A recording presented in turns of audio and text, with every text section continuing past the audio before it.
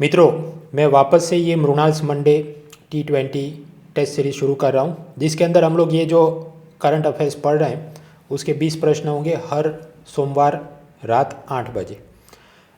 ये चीज़ आप web portal पे भी दे सकते हैं और अनअकैडमी के मोबाइल ऐप पे भी दे सकते हैं, तो डिनर लेते लेते भी आप ये टेस्टी क्विज़ दे सकते हैं।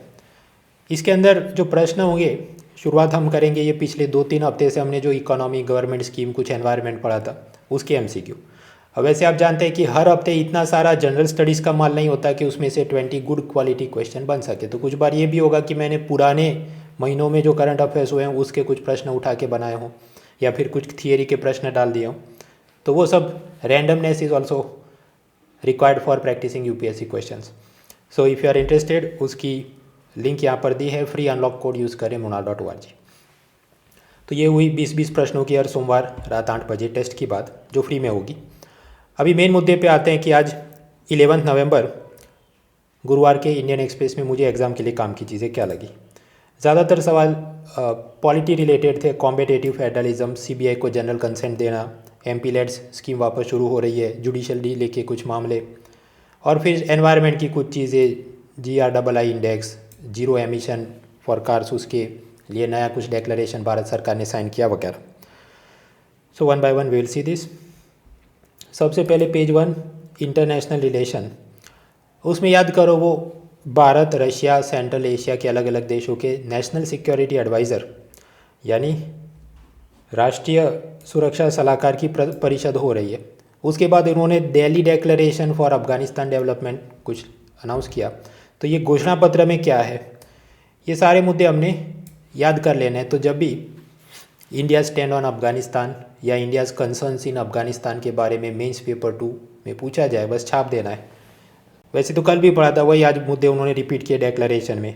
अफगानिस्तान की ज़मीन का आतंकवाद के लिए उपयोग नहीं हो, अफगानिस्तान की सरकार में सभी major ethnic groups and political parties का सहयोग से बने वो, वहाँ पर हथियार, नशीले द्रव्यों की तस्करी, smuggling of weapons and narcotics बंद हो, अफगानिस्तान के आंतरिक मामलों में और उसकी सीमा में बाहरी दखल ना हो। यानी एक तरफ से वो सुना रहे हैं कि चीन और पाकिस्तान ने उसमें दखल नहीं देना चाहिए अफगानिस्तान को डिस्टेबलाइज करने में, या पाकिस्तान और अफगानिस्तान के बीच कुछ सीमा विवाद है तो पाकिस्तान ने वहाँ पर कब्जा नहीं करना चाहिए वगैरह। अफगानिस्तान में जो मानवीय कार्यों के लिए सहायता दी जा रही है, humanitarian add for this health education, तो वो बिना बाधाओं के लाभार्थियों को मिले। यानी एक तरफ से वो तालिबान सरकार को सुना रहे हैं कि हम जो पैसा भेज रहे हैं आपको मदद के लिए, तो वो महिलाओं को, अलग अलग जो माइनॉरिटी कम्युनिटीज़ हैं उनको भी जाना चाहिए। उसी तरह महिला, बच्चे, अल्पसंख्यकों के अधिकारों की रक्षा वगैरह। तो बस अब जो भी पूछा जाए घूम फिर के यही मुद्दे हैं जो लिखने की बात है, इंडिया अफगानिस्तान। और भी इसमें और भी मुद्दे ऐड होते रहेंगे, अगर आप पुराने महीनों की एक्सेल फाइल में ये पढ़ें तो काम हो गया। पेज 1 पर एक और मुद्दा है, सोशल मीडिया, साइबर बुलिंग।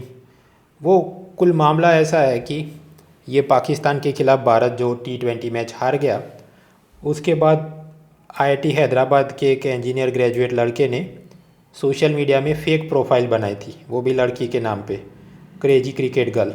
और फिर उसने सब ट्वीट्स भेजना शुरू किया विराट कोहली को कि तुम्हारी जो छोटी बच्ची है उसका मैं बलात्कार करना चाहिए, या ऐसा धमकियाँ देने लगा वो। अल्टीमेटली विराट कोहली ने पुलिस कंप्लेंट की और उस आदमी को पकड़ लिया गया है। तो इसमें पॉइंट टू रिफ्लेक्ट क्या है, IIT में पढ़े लिखे लोग भी ऐसा क्यों कर रहे हैं, वही सब role of parents, PUBG Mirzapur, उसकी पॉइंट्स टू रिफ्लेक्ट। दूसरा, ये ट्विटर, फेसबुक वगैरह पर ऐसी जो चीज़ें लिखी जाती हैं तो उन्होंने भी अपना एल्गोरिदम और ह्यूमन वर्कर्स की संख्या बढ़ानी चाहिए ताकि जल्दी से ऐसी आपत्तिजनक चीज़ों को डिलीट किया जा सके। क्रिकेट में हार जीत तो सामान्य है और लोग नाराज़ भी होते हैं, जोक्स, मीम और आक्रोश भी करते हैं, दैट इज़ नॉर्मल। लेकिन ये मारने की और बलात्कार की धमकियाँ क्यों दी जा रही हैं? क्या कुछ ऐसा है, ये आदमी इतना फ्रस्ट्रेट क्यों है? क्या कुछ ऐसा हुआ वो फैंटेसी क्रिकेट ऐप्स के नाम पर जो जुआ और सट्टा लगाया जाता है, कौन सी टीम जीतेगी वगैरह, उसमें इसने लाखों रुपए उसके गंवा दिए हों और फिर बहुत आक्रोश में आ गया? तो ये जो इतना खेल का कमर्शियलाइजेशन एंड सट्टाबाजी, ये सब के अंदर भी नकेल कसने की ज़रूरत है, और ये आदमी ऐसी जो धमकियाँ दे रहा है उसको भी सज़ा देने की ज़रूरत है वगैरह। तो इसमें ऐसा तो कुछ भी नहीं जो हम नहीं जानते, तो फिर हम पढ़ क्यों रहे हैं? ये कितने वर्ड्स हुए? 135, ये इतनी बोल बच्चन करने पर। तो इसमें और आप कुछ लिखिए constitutional legal angles, IT act and IPC वगैरह, तो 150 वर्ड्स अगर कुछ साइबर बुलिंग के बढ़ते मामले चिंता का विषय वगैरह वगैरह। So depends on the context of the question. आगे बढ़ते हैं पेज 2 पर, कुछ नहीं पेज 3। एथिक्स में एक सिलेबस में मुद्दा है civil service value compassion for the weaker section, प्रशासनिक मूल्य और कमज़ोर वर्ग के प्रति अनुकंपा। अब इसमें कुल मिलाकर मामला कुछ ऐसा हुआ, मिनिमम वेजिस, न्यूनतम तनख्वाह या वेतन कितना होना चाहिए, वो अलग अलग जो सेक्टर या जॉब है उस हिसाब से यूनियन गवर्नमेंट या स्टेट गवर्नमेंट की काउंसिल तय करती। गुजरात में पता चला कि ईंट की भट्टी में कितना मिनिमम वेज चलता है, तो मज़दूर एक दिन में 1100 ईंट बनाए तो उसे 300 रुपये मिले, ऐसा कुछ मिनिमम वेज आज से 13 साल पहले फिक्स हुआ था। लेकिन फिर मज़दूरों ने विरोध किया कि एक दिन में 1100 ब्रिक प्रिपरेशन इज़ डिफ़िकल्ट। वो ऐसी बात है कि मिट्टी खोदो, उस सांचे में भरो, उसको तपाओ और ऐसी 1100 ईंट बनाए एक आदमी, तब उसे 300 रुपीज़ मिले। फिर कुछ साइंटिफिक स्टडीज़ करवाई गई, टाइम मोशन स्टडीज़, तो पता चला एक मज़दूर दिन में 8 घंटे काम करे तो 500 ईंट भी उससे बन नहीं सकती। So this is completely unscientific minimum wage. तो फिर मज़दूरों ने उसकी शिकायत की स्टेट गवर्नमेंट की, वो जो मिनिमम वेज की लेबर काउंसिल होगी, लेकिन उन्होंने वो चीज़ को हटाया नहीं, सेम टू सेम रखा। फिर हाई कोर्ट में गए, हाई कोर्ट में भी 13 साल तक ये पूरा मामला चलता है। फिर जाके अब बदला है कि ओके 500 ईंट बनाने पर 300 रुपीज़। तो इसमें सोचने का विषय क्या है, the lack of compassion among the civil servants for weaker section, अनुकंपा की कमी, इसलिए बेंच पेपर 4 में ये सिलेबस में पॉइंट डाला है। दूसरा, सिविल सर्वेंट्स जब भी economic financial planning policy making करते हैं तो वहाँ पर भी साइंटिफिक आउटलुक ज़रूरी है, कि जब साइंटिफिक की स्टडी की तो पता है 500 ईंट बना सकता है एक आदमी, 1000 का आप क्यों उस पर डाल रहे हो। एंड थर्ड, कई बार सिविल सर्वेंट को सब पता होता है कि हाँ ये गलत हो रहा है, लेकिन दे डॉज द रिस्पॉन्सिबिलिटी कि नहीं हम कुछ बदलेंगे। ईंट की भट्टी के जो मालिक हैं वो नाराज़ हो के रूलिंग पार्टी पर दबाव डालेंगे कि इलेक्शन फंडिंग में पैसा कम देंगे वगैरह। So they don't take any action. अब जब भी एक्शन नहीं लिया जाए तो कोर्ट लिटिगेशन बढ़ता है, क्योंकि वो पीड़ित व्यक्ति है वो सब अदालतों में जाते हैं, जो अच्छी बात नहीं, क्योंकि अदालत का कार्य बोझ बढ़ता है, जिसके चलते दूसरे हत्या और चोरी के मामले हैं वो केस धीरे धीरे चलते हैं। And sometimes it will happen कि ये आईएएस ऑफिसर रिस्पॉन्सिबिलिटी नहीं ले तो सुप्रीम कोर्ट, हाई कोर्ट वो सब जजमेंट ऐसे देना शुरू करे जो असल में एग्जीक्यूटिव डोमेन में मामला आता हो। तो मेंस पेपर 2 में एक और भी मुद्दा है, separation of powers, legislature, judiciary, executive, तीनों ने अपना काम अलग करना चाहिए। लेकिन कई बार ये सुप्रीम कोर्ट, हाईवे पर शराब की बिक्री नहीं होनी चाहिए या पटाखे जलने चाहिए कि नहीं, या दिल्ली में ट्रक आता है वो किस से किस टाइम के बीच आना चाहिए, all this things in reality पहले से ही अगर ठीक से सरकार ने सब सख्त नियम बनाए होते तो सुप्रीम कोर्ट को वो सब करने की ज़रूरत नहीं होती। तो वो जो न्यायिक अतिक्रमण, जुडिशियल ओवररीच का जोखिम भी बढ़ता है when officers and ministers don't take action. तो यही एक बात हुई। फिर आगे बढ़ते हैं page 6, state service exam GPSC के लिए एक सरकारी योजना निरामय गुजरात योजना, जिसमें नॉन कम्युनिकेबल डिजीज़, गैर संक्रामक या गैर संचारी रोग जैसे हार्ट अटैक, डायबिटीज़, वो किसी और से मतलब खांसने से आपको हार्ट अटैक का संक्रमण नहीं होता, तो ऐसे सब चीज़ों का फ्री में जांच की जाए वगैरह। सिमिलरली आपके स्टेट में भी जो ऐसी गवर्नमेंट स्कीम्स बड़ी बड़ी चली आपने तैयार करनी चाहिए स्टेट सर्विस एग्ज़ाम के लिए। आगे बढ़ते हैं पेज 8, जुडिशियल डिले पर कुछ समाचार। 1997 में उपहार थिएटर में बॉर्डर मूवी चल रही थी, आग लगी, करीब 60 लोग जल के मर गए। उसके जो ओनर्स थे बंसल ब्रदर, उनको अब जाके 25 साल बाद अब की 7 साल की जेल और जुर्माना। ऐसा क्यों हुआ, इतनी देरी क्यों हुई, न्यायिक विलम्ब क्यों हुआ? उसका कारण कि सिनेमाघर में आग लग जाए तो 2 मामले होते हैं। एक होता है दीवानी मामला, सिविल मैटर, कि जहाँ पर विक्टिम को कॉम्पेंसेशन देना है, और दूसरा होता है क्रिमिनल मैटर, फौजदारी मामला, कि जहाँ पर उस थिएटर के मालिक ने सही से सब डिजास्टर प्रिपेयर्डनेस के लिए फायर एक्सटिंग्विशर वगैरह लगाया था कि नहीं।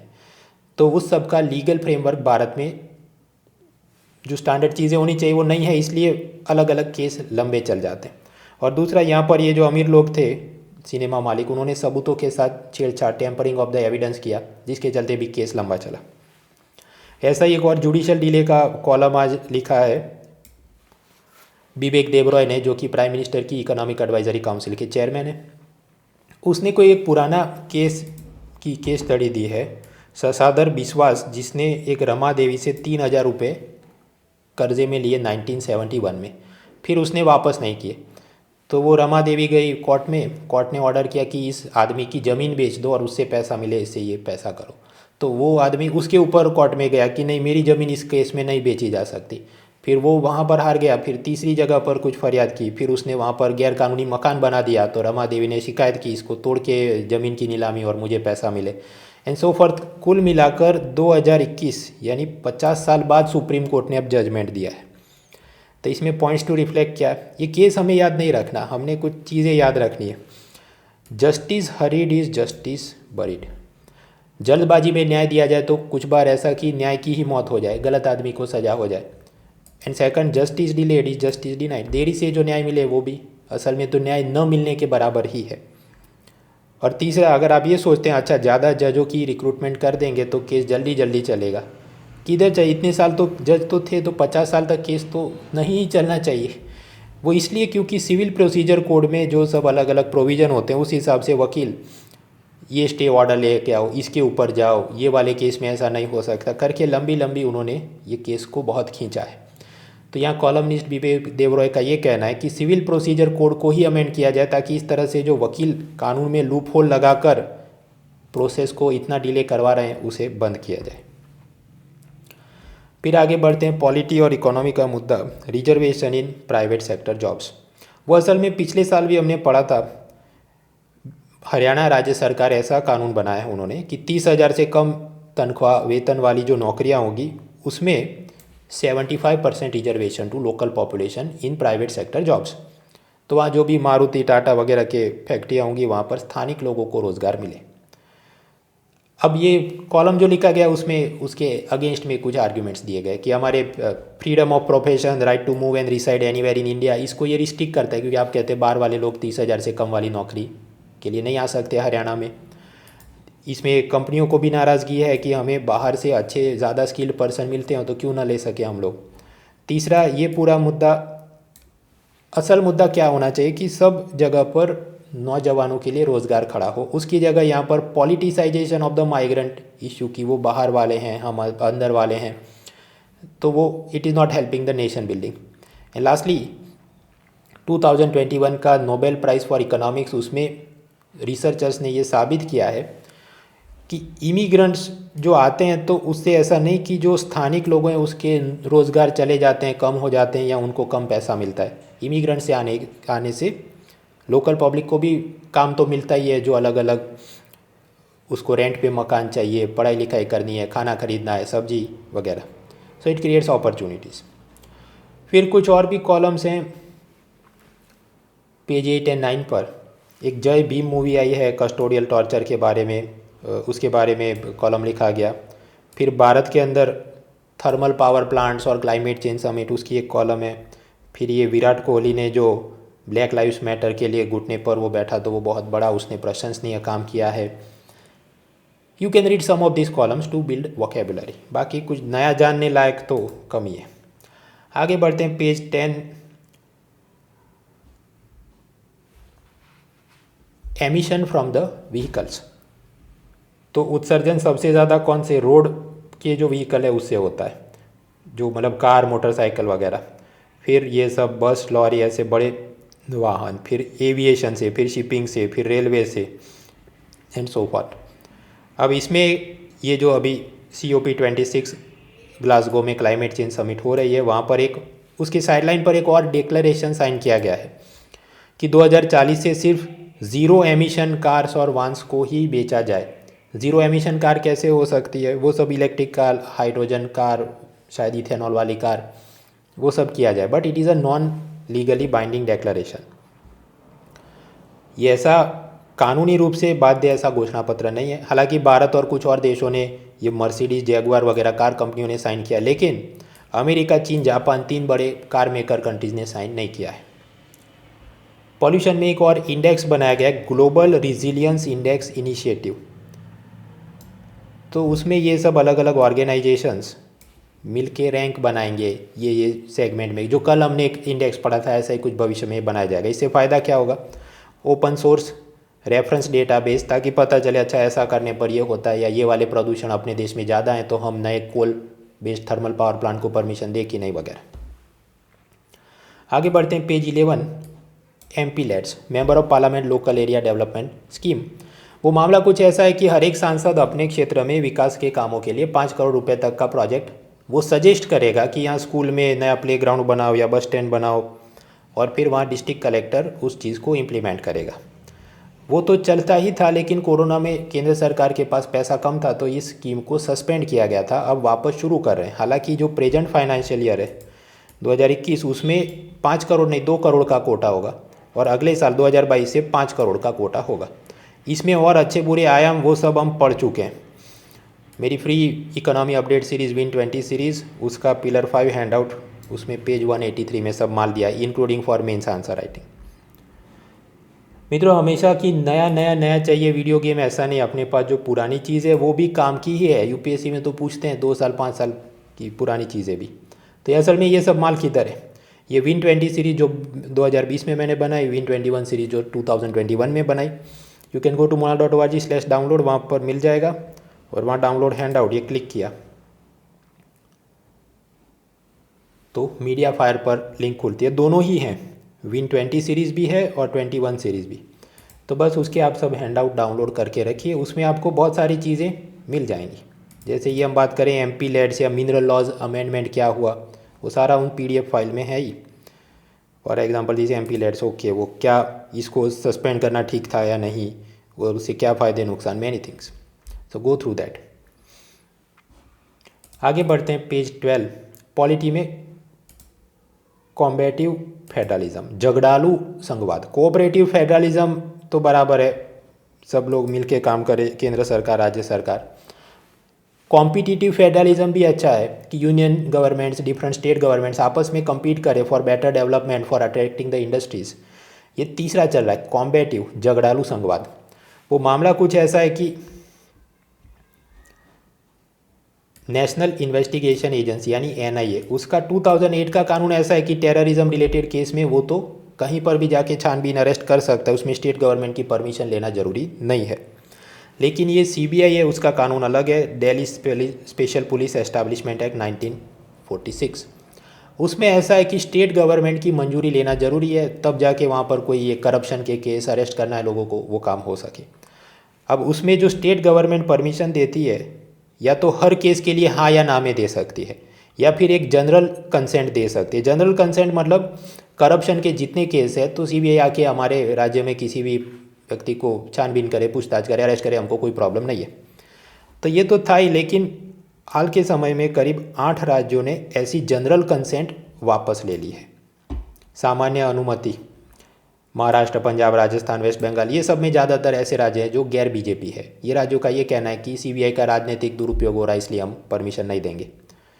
तो इसमें अब what is the way forward, क्योंकि अभी ये जो सिचुएशन है इसमें CBI ऑफिसर वहाँ जाके करप्शन के केस में लोगों को पकड़ नहीं सके, सब problem. So way forward is to, पहला, मारपीट के CBI अगर ऐसा साबित करे कि वो जो करप्शन का केस है, भले आदमी वेस्ट बंगाल या पंजाब में है लेकिन उसका दिल्ली के साथ कुछ कनेक्शन है, तो फिर वो जाके उनको गिरफ्तार कर सकता है। या दूसरा ये हो सकता है कि जैसे NIA एक्ट में यूनियन गवर्नमेंट ने कानून ही बनाया कि NIA किधर भी जाके अरेस्ट कर सके, ऐसा इधर कुछ कानून में ही संशोधन किया जाए और CBI का पावर बढ़ा जाए। अब ये इंग्लिश में देखिए काफ़ी मैंने लंबा लिखा है, और हिंदी में मैंने सिर्फ 4 लाइन में कंप्लीट कर दिया। ऐसा क्यों? वो इसलिए, थिंक अबाउट दिस, जब मेंस में पूछा जाए तो CBI का क्या प्रॉब्लम है, वो तो एक ही मुद्दा है। फेडरलिज्म के बहुत सारे मुद्दों में ये तो आप समझ रहे हैं, you have to write about some 3, 5, 7 points, तो और भी इसमें तो आएगा। GST भी प्रॉब्लम है, नीट एग्ज़ाम भी प्रॉब्लम है, और अब ये CBI भी प्रॉब्लम है, रिवर वाटर शेयरिंग भी प्रॉब्लम है, एंड सो फॉर। तो असल में हमको सब बारीक क्या पता होना चाहिए। Should we no memorise the list of, अच्छा महाराष्ट्र ने जनरल कंसेंट दिया कि नहीं, राजस्थान ने, ऐसा काम का नहीं, आपको जनरल अंडरस्टैंडिंग होनी चाहिए। आगे बढ़ते हैं, history, historical person in news. तो ओनाके ओबावा जयंती कर्नाटक में मनाई जा रही है क्योंकि ये ऐसी वीरांगना थी जिन्होंने हैदर अली की आर्मी के सोल्जर्स को मारा था, और हैदर अली जो चित्रदुर्ग के किले पर कब्जा करना चाहते थे कर्नाटक में, उसको रोकने में उसने शौर्य दिखाया था। उस तरह कुछ और भी हिस्टोरिक फीमेल फाइटर्स हैं जिनका लिस्ट यहाँ पर एक्सप्लेन सीरीज़ में दिया है और मैंने भी लिखा है। आराम से ये सब आप पढ़ लेना, historical persons for history MCQs। ये सब आपको मिल जाएगा मेरे टेलीग्राम चैनल मुनाल ORG में, और जब ऐसे 1-2 हफ्ते का माल जमा होता है तो मैं एक्सेल फाइल में भी अपलोड कर देता हूँ। आगे बढ़ते हैं, एक और एक्सप्लेन सीरीज़ है वर्क लाइफ बैलेंस के बारे में। वो सब एथिक्स के साथ जुड़े हुए मुद्दे, स्ट्रेस, डिप्रेशन, सुसाइडल टेंडेंसी। ये अमेरिका यूरोप में कुछ एंटी वर्क कल्चर डेवलप हो रहा है। मतलब करीब 40 लाख लोगों ने खुद से इस्तीफ़ा दे दिया कि हमको सैलरी अच्छी नहीं है, बहुत ज़्यादा सख्त डेडलाइन दी जाती है, उतने में काम कंप्लीट नहीं होता, हमारा बॉस बहुत अब्यूजिव है, और उन्होंने नौकरी तो छोड़ दी। And now they are saying we are not working and we are not even looking for work. ऐसा भी नहीं कि ये नौकरी छोड़ के दूसरी नौकरी में ढूंढ रहा हूँ, स्वैच्छिक रूप से बेरोजगार हैं ये लोग। तो इसमें सोचने का विषय, वो क्यों ऐसा कर सकते हैं? क्योंकि ये अमेरिका यूरोप में social security net, unemployment allowance, बेरोजगारी भत्ता उनको मिलते रहता है, तो घर पे बैठ के भी PUBG वीडियो गेम खेलो, सरकार पैसा देती रहेगी। भारत में ऐसा नहीं है, इसलिए हमको कंप्लीट ऑपोजिट पिक्चर दिखता है। अभी गुजरात में 10,000 पुलिस कांस्टेबल की रिक्रूटमेंट है, जहाँ पर क्लास 12 तक की पढ़ाई की हो वो सब अप्लाई कर सकते हैं। कितने लोगों ने अप्लाई किया है? 11 lakh applications have been received, और उसमें कई सारे लोग आप सोच सकते हैं ऐसे graduate, post graduate, PhD type लोग भी हो सकते हैं, because we do not have such social security system. आगे बढ़ते हैं, पेज 13। उसमें एक मुद्दा है weaponisation of migrants and hybrid warfare. वो चीज़ कुछ ऐसी है, ये सब यूरोप का नक्शा। बेलारूस पड़ोसी देश कौन है? Latvia, Lithuania, Poland. अब ये बेलारूस यूरोपियन यूनियन का हिस्सा नहीं है और उनकी यूरोपियन यूनियन के साथ बनती नहीं है। यूरोपियन यूनियन इस पे कि इसका प्रेसिडेंट सब मानव अधिकार हनन कर रहा है, डिसेंट अपोजिशन लीडर को कैद कर रहा है बोल के उस पर अलग अलग प्रतिबंध लगाए गए। तो सबक सिखाने के लिए बेलारूस यूरोपियन यूनियन को सबक सिखाने के लिए क्या कर रहा है? ये जो अफ़गानिस्तान, सीरिया, ईरान, इराक से जो रेफ्यूजीज, शरणार्थी आते हैं, उनको बेलारूस अपनी सरहद में घुसने देता है, लेकिन फिर वो उनको ऐसे धक्के मार के या कुछ पूरा डाइवर्जन ऐसे करा कि तुम सब लोग गैर कानूनी रूप से अब पोलैंड में घुस जाओ, ताकि पोलैंड में वो सारे रेफ्यूजीज़ का पॉपुलेशन बहुत बढ़ जाए, वहाँ पर सोशल इकोनॉमिक प्रॉब्लम्स, वायलेंस सब शुरू हो जाए, और पोलैंड जो कि यूरोपियन यूनियन का हिस्सा है। तो ऐसी विकृत चीज़ बेलारूस कर रहा है, उसके लिए कहा गया ये शब्द वेपनाइजेशन ऑफ द रेफ्यूजीज़ या हाइब्रिड वॉरफेयर। और इसमें रशिया भी मज़े ले रहा है, उसने अपने फाइटर प्लेन वहाँ पर भेजे हैं बेलारूस की रक्षा की, यूरोपियन यूनियन वाले आके बॉम्ब नहीं गिरा दें। अपने लिए काम का है। पहले तो आप समझिए मेंस पेपर 2 का syllabus, you must be clear. It says issues affecting Indian interests. तो इसमें बेलारूस, पोलैंड और यूरोपियन यूनियन आपस में लड़ झगड़े हमारे लिए काम का नहीं। हमें इतना समझना है कि अच्छा, भारत में भी तो कुछ ऐसा हो रहा है कि ये जो रोहिंग्या शरणार्थी वगैरह या तो बांग्लादेश या उस तरफ जा रहे हैं और उन्हें कुछ मदद कर रहे हैं घुसपैठ करने में, ताकि वो सबसे भारत देश डिस्टेबलाइज हो। मे बी ISI भी उसमें उनको सिखा रही होगी, अच्छा ऐसे इलीगली माइग्रेट करते हैं। That is single point. बाकी ये जो मुद्दा है कि पोलैंड, बेलारूस, वो जब आप निबंध में लिख रहे हैं या कुछ इंटरव्यू में बड़ा जवाब दिख रहा है regarding refugees, then you can think and reflect for it. तो उस हिसाब से असल में ये कितना 3 लाइन का ही मुद्दा है, 500 लाइन का मुद्दा नहीं है। इधर एकता टाइगर और जेम्स बॉन्ड हमको नहीं करना है। सिलेबस में हर एक चीज़ को उसकी औकात के हिसाब से तैयार करो तो आराम से कंप्लीट हो जाएगा। करंट अफेयर्स कोई बड़ा हवा है ही नहीं जो बनाया गया है। International solar alliance Bharat, France सब ने मिलकर बनाया, भारत के गुरुग्राम में उसका हेडक्वार्टर है। अमेरिका ने भी इसको ज्वाइन किया, तो पहले 100 मेंबर थे, अभी वो 101 मेंबर हो गए। फूमियो किशिदा वो कौन है? जापान के प्राइम मिनिस्टर, वापस रीअपॉइंट हुए। पेज 14 इकोनॉमी के समाचार में अलग अलग राज्य में लेबर कोड्स को ये रूल ड्राफ्ट किए जा रहे हैं। ये मुद्दा हम अभी नहीं पढ़ेंगे फॉर अ सिंपल रीजन, अगले साल का इकोनॉमिक सर्वे आने दो, ये उन्हीं सब चीज़ों पे वापस चर्चा होगी। देन एट दैट टाइम जो भी लेटेस्ट फाइनल चीज़ें हम पढ़ लेंगे। और मुद्दा चल रहा है क्या? मित्रों, आजकल ये बिटकॉइन क्रिप्टो करेंसी क्यों खराब है हम पहले भी कई बार पढ़ चुके हैं। इलेक्ट्रिसिटी बर्बाद करते हैं, terror finance, narco trade, tax evasion, इन सब में मदद करते हैं। तो भारत सरकार को भी पसंद नहीं, आरबीआई को भी पसंद नहीं। लेकिन सुप्रीम कोर्ट ने एक जजमेंट दिया था, उसके बाद इसको भारत से अनबैन किया था। पहले आरबीआई ने कुछ बैन लगवाए थे, बैंकों ने रिश्ते नहीं रखने ऐसी कंपनियों के वगैरह। तो ऐसी अलग अलग कंपनियां जैसे कॉइन DCX, फिर ये कॉइन स्विच, ये ऐसा है कि उसमें आप पैसा डालो, 100 रुपये 200 रुपये जो भी, और उसकी मदद से आप कोई बिटकॉइन, इथेरियम, डॉज कॉइन ऐसी क्रिप्टो करेंसी खरीद सकते हैं, बेच सकते हैं। इस पर पूरा लीगल स्ट्रक्चर, टैक्स रूल्स, वो सब में अभी काफ़ी चीज़ें ड्राफ्ट में हैं, बन रही हैं। लेकिन ये जो ऐप बनाने वाले हैं वो बड़े बड़े फिल्म स्टार को लेके T20 वर्ल्ड कप वगैरह में एडवर्टाइजमेंट देते हैं। और देखिए क्या ये स्क्रीनशॉट दिखा रहा है, 100 रुपये में ही इन्वेस्टमेंट, और सीधा मतलब ऐसी हवाबाजी की 1000 रुपये हो जाएगा, क्योंकि बिटकॉइन तो 50% 100% बढ़ जाता है कुछ हफ्तों में। So it is targeting particular demography of people. वो जो रिक्शा टैक्सी चलाने वाले, फेरी वाले, जिनको मोबाइल तो है लेकिन सब फाइनेंशियल लिटरेसी नहीं कि इसमें क्या जोखिम और क्या चीज़ें हो सकती। खैर, आरबीआई गवर्नर ने ये कहा कि ऐसे ये जो सब ऐप्स हैं आजकल हवाबाजी कर रहे हैं। हवाबाजी ऐसे कर रहे हैं कि they are making advertisement claims that crores of Indians have invested 6 lakh crore rupees in bitcoins and other crypto assets using our app. करोड़ों लोगों ने, भारतीयों ने, करोड़ों भारतीयों को तो शायद पता भी नहीं होगा बिटकॉइन चीज़ क्या है, और उन्हें 6 लाख करोड़ रुपए इन्वेस्ट किया ऐसे सब ऐप्स। ऐप बनाने वाले ऐसी हवाबाजी क्यों करेंगे? स्टार्टअप बनाने वाले ऐसी हवाबाजी क्यों करते? फॉर अ सिंपल रीजन कि देखो हमारे पास इतने सारे सब्सक्राइबर हैं और हर एक सब्सक्राइबर 100 रुपये का इन्वेस्टमेंट कर रहा है, तो इतने लाख करोड़ का होगा बोल के they will attract more venture capitalist, और फिर अल्टीमेटली IPO लॉन्च किया जाए और फिर वो सब शेयर्स बेचे जाए, ये पेटीएम वगैरह जो चल रहा है, even though they may not be profitable and other problems. तो गवर्नर का ये कहना है कि ये सब फेक चीज़ है, ज़्यादातर लोगों ने इसमें 1000 से 3000 से ज़्यादा इन्वेस्टमेंट नहीं किया था, दीज आर एग्जेजरेटेड क्लेम्स। और उसने वापस सब चिंता जताई कि ये प्राइवेट क्रिप्टो करेंसी, उससे भारत की वित्तीय स्थिरता, फाइनेंशियल स्टेबिलिटी को खतरा है। सेपरेटली शिवसेना के सांसद ने भी कंप्लेन फाइल की है कि ये वर्ल्ड कप में ऐसी सब एडवर्टाइजमेंट क्यों दिखाई जा रही हैं, बोले बाले लोग इसमें बेवकूफ़ बन सकते हैं, उनका पैसा लुट सकता है वगैरह।